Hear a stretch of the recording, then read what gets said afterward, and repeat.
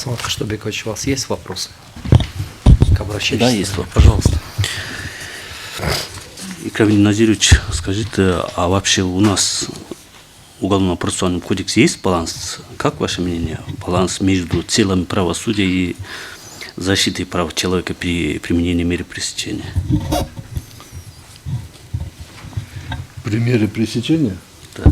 Вообще меры пресечения может о заочном разбирательстве, вообще по срокам, может восстановить на пропущенный срок.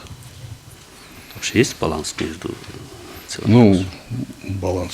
Какой-то, может быть, определенный баланс есть, но у меня, как у, так сказать, и бывшего следователя, и действующего адвоката, у меня очень много, так сказать, претензий, в том числе и к законодательству. Я считаю, что баланс такой, какой должен быть по Конституции, я думаю, что есть, да? не имеется, как бы, ну, имеется там претензии у нас, у меня лично. А вы посмотрели, да, практика других стран? Вообще вот по срокам, вообще по пресекательному сроку. Да там везде все по-разному. Все там по-разному это регулируют, этот вопрос. Вопрос на это. Уважаемые судьи, есть вопрос? Да, пожалуйста, Виталий Джамилевич. Уважаемый Икрамидин Назирович, скажите, пожалуйста, вот вы в своем выступлении сказали, что вы, в принципе, признаете, что Уголовно-процессуальный кодекс нынешний признает право, то есть предоставляет право следственным органам, предъявляет обвинение в отсутствии обвиняемых. Так? Я говорю о том, что выносить постановление о привлечении в качестве обвиняемого можно заочно. Как вынести постановление. Оно выносится, когда следователь считает достаточным собранные доказательства. Он тогда выносит постановление. Но это постановление надо же предъявлять. Нет, я понял вас. Значит, вы сказали, что нынешний ПК предоставляет такое право, но детальной регламентации последующих процессуальных действий, связанных с предъявлением обвинений, с окончанием следствия, направлением, они детально не регламентированы. Да, так ли ставится вопрос? Совершенно не регламентированы. Спасибо. Так, это первый вопрос. Второй вопрос. Поскольку вы вот пытались апеллировать к фактическим данным, да, и сегодня представляете интересы Бакиева, скажите, пожалуйста, вот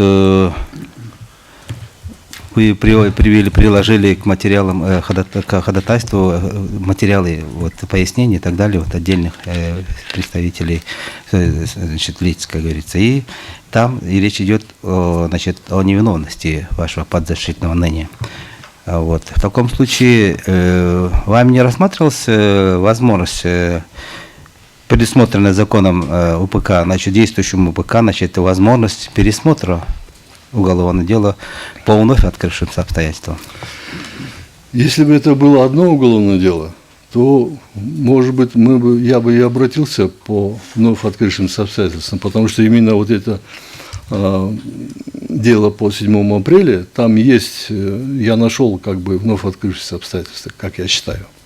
Но дело в том, что в отношении Курманбека Салиевича Бакиева вынесено очень много, по многим делам, по нескольким делам вынесены приговоры обвинительные, и он осужден.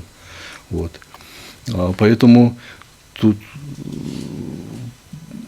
я считаю, что мое обращение в Конституционный суд, оно было необходимо, потому что если нарушен порядок, ведь там как написано, что если включен в УПК, все надо делать по УПК. А в УПК нету, что заочно направлять в суд, если обвиняемый он не ознакомился с делом. И он был лишен этой возможности. Он вообще его не было, это, так сказать, на территории. Причем правоохранительные органы нашей республики, они знали, где он находится. Мне понятно. Он даже не был, Спасибо. он даже не было направлено поручение для того, чтобы его допросить. Понятно. Перед тем, как предъявлять обвинение, хотя бы в качестве свидетеля допросить, чтобы он дал свои пояснения. Понятно, Могли же понятно. Ясно. Беларусь направить, Мне еще поручить, один чтобы можно его допросить. вопрос. Значит, Этого один не было вопрос. сделано. Все, я понял вас. Вы скажите, вот ныне действует, значит, целый институт защиты обвиняемых. Тем более, в общем-то, когда речь идет о заочном предъявлении обвинения, вот этот институт, он особо важен, да? И все интересы обвиняемых, которые отсутствуют в судебном разбирательстве, досудебного разбирательства и в судебном разбирательстве, обеспечиваются защитниками в лице адвокатов и других представителей защиты. Вы считаете, что сегодня этот институт недостаточно эффективен? Ну, на примере Курманбека Салевичева, когда рассматривали заочные дела в отношении его, там, значит, обеспечили участие адвокатов, о которых он даже не знает их. И эти адвокаты даже с ним не, так сказать, не контактировали. И мнение Курманбека Салевича они не учитывали вообще. То есть чисто формально они участвовали, защитники. И я считаю, что это, конечно, это совсем неправильно. Это нарушает его права. Спасибо, я вас обвиняемого. понял. Есть еще вопросы? Нет? Еще у кого есть вопросы? Присаживайтесь.